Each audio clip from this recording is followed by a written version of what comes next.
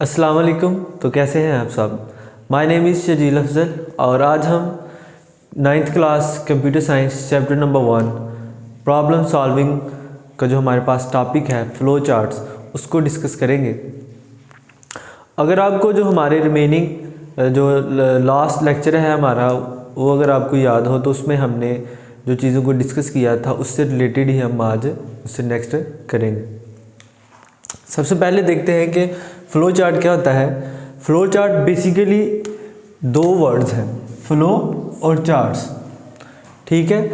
इसमें क्या होता है कि it is a graphical representation of the steps to solve a problem, कि जो हमारे स्टेप्स हैं वो आपको वाज़ेह नज़र आ रहे होते हैं कोई भी हम प्रॉब्लम को सॉल्व करें तो।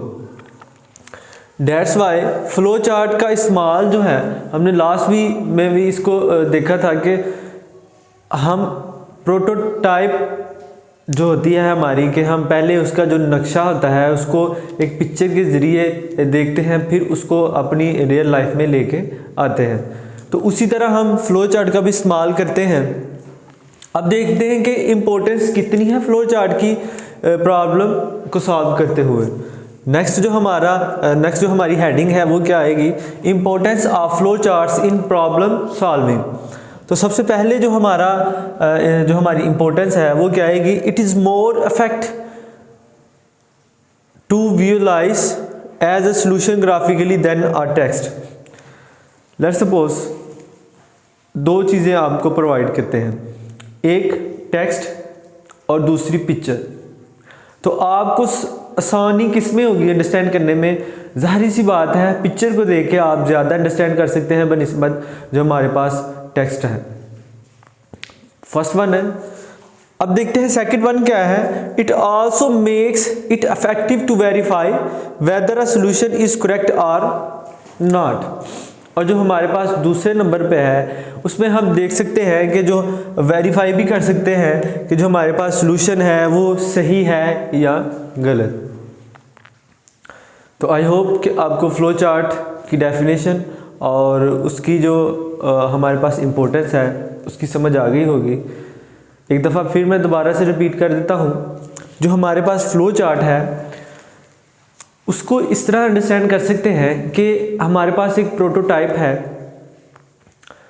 लेट्स सपोज वही एग्जांपल जो हमने लास्ट लेक्चर में भी डिस्कस की थी उसको लेते हैं कि एक हम बिल्डिंग का नक्शा तैयार करवाते हैं और उसको रियल लाइफ में लेके आने के लिए उसको सबसे पहले अंडरस्टैंड करना पड़ता है। अंडरस्टैंड करना क्यों ज़रूरी है और अंडरस्टैंड करेंगे तो हमारे लिए कितनी आसानियाँ पैदा हो जाएंगी। और जब हमारे पास एक फ़्लो चार्ट वाज़ेह सामने नज़र आता है तो उससे हमें अपनी प्रॉब्लम सॉल्व करने के लिए बहुत ज़्यादा आसानी हो जाती है। और जो हमारे पास वो प्रॉब्लम है उसको हम पिक्चर के ज़रिए पहले ही जब उसको डिज़ाइन कर लेते हैं, उसको अंडरस्टैंड कर लेते हैं तो वो प्रॉब्लम मज़ीद आसान हो जाती है हमें सॉल्व करते हुए। जैसा कि आपने देखा कि हमने लास्ट बोर्ड पे फ़्लो चार्ट की डेफिनेशन को देखा, उसके बाद उसकी इम्पोर्टेंस को देखा। अब हम देखते हैं कि जो रिक्वायरमेंट होती है फ़्लो चार्ट के लिए वो कौन कौन सी हैं और वो किस तरह काम करती हैं और किस तरह हमें जो हमारा जब हम इनपुट देते हैं तो वो आउटपुट में कन्वर्ट होती है। सबसे पहले हम देखते हैं कि determining requirements for a flow chart, उससे सबसे पहला है input. It means taking data from the user. इसका मतलब ये है कि जो हमारा यूज़र है वो डाटा इनपुट दे रहा है, जो यूज़र है हमारा वो उसे इनपुट दे रहा है। अब देखते हैं कि वो प्रोसेस किस तरह करता है। These steps are used for performing calculations and starting the result of calculation।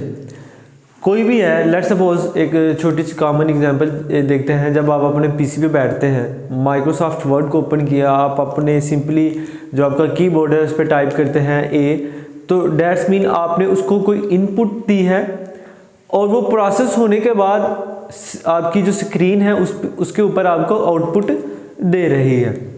यानी आपने सिंपल ए प्रेस किया, वो प्रोसेस हुई, उसके बाद आपको स्क्रीन पर ए टाइप हुआ नज़र आएगा। आगे देखते हैं कि जो हमारी इनपुट है वो किस तरह प्रोसेस होती है, ठीक है, और हमें आउटपुट किस तरह मिलता है। अब हम देखते हैं कि लेट्स सपोज हमने कहा कि 2 + 2, तो ये क्या हुआ, आगे आया प्रोसेस हुआ कि 2 प्लस का मतलब होता है ऐड करना, तो ये दोनों को ऐड करेंगे तो हमारे पास जो आउटपुट आएगी वो क्या आएगी, 4, ठीक है। बाज़ कात हमें जो हमारा डिसीजन मेकिंग है उसमें खुद भी जो हमारी स्टेटमेंट है उसे खुद ट्रू और फॉल्स को देखना पड़ता है। इन फ्यूचर इंशाल्लाह जब आप प्रोग्रामिंग करेंगे तो कोई भी आप वेब डेवलपमेंट कर रहे हैं तो उस जो आपकी कोडिंग है उसमें आप खुद ही रियलाइट करवाएंगे, आप खुद ही इस चीज़ को जज करने वाले होंगे कि हाँ अगर कोई यूज़र आता है तो उसको एक स्टेटमेंट को क्लिक करता है तो उसके लिए ये ओपन होना चाहिए। तो बाज़ कात हमें जो हमारी डिसीजन मेकिंग है वो खुद ही लेना पड़ते हैं, और वो कहाँ कहाँ होते हैं उसमें देखते हैं। To determine whether a statement is true और false and taking appropriate steps accordingly. तो वो जो हमारे वेबसाइट के स्टेप्स हैं उन्हें हमें खुद ही मेंटेन करना पड़ता है कि हाँ ये वाला जो स्टेप है हमें इस जगह रखेंगे और ये स्टेप जो हमारा इस जगह पे आएगा। उसके बाद देखते हैं कि जो हमारी आउटपुट है, these use to display information and usually this information exhibits proceeds results. हमने ऊपर भी एक एग्जांपल ली थी कि जो हमारी इनपुट है वो प्रोसेस होती है, उसके बाद हमारे पास जो हमारा रिज़ल्ट आता है।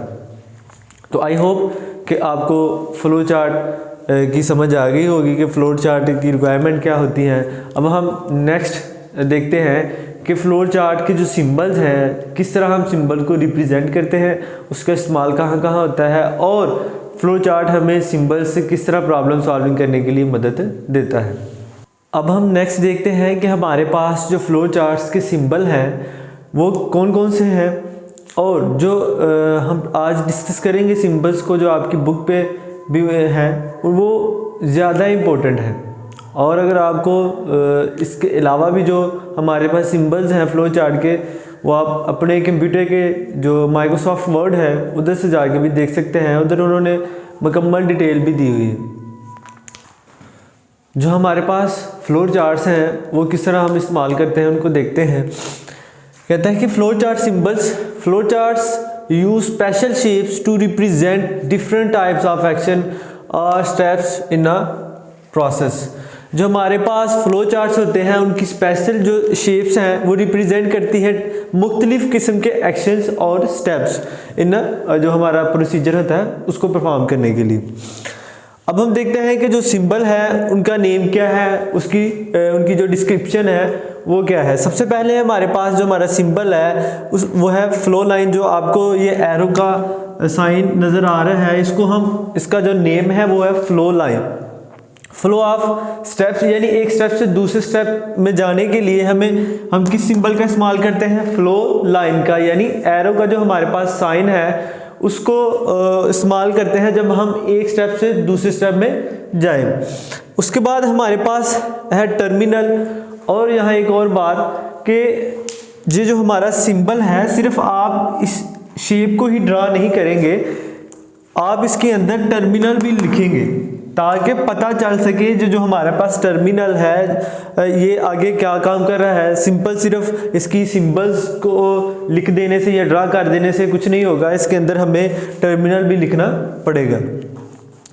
अब देखते हैं it indicate starts and end of flow chart. जब जो हमारे पास टर्मिनल है इसका इस्तेमाल तब करते हैं जब हम फ्लो चार्ट को स्टार्ट करें और उसको ख़त्म करें। अब हम देखते हैं जो हमारे पास थर्ड है प्रोसेस।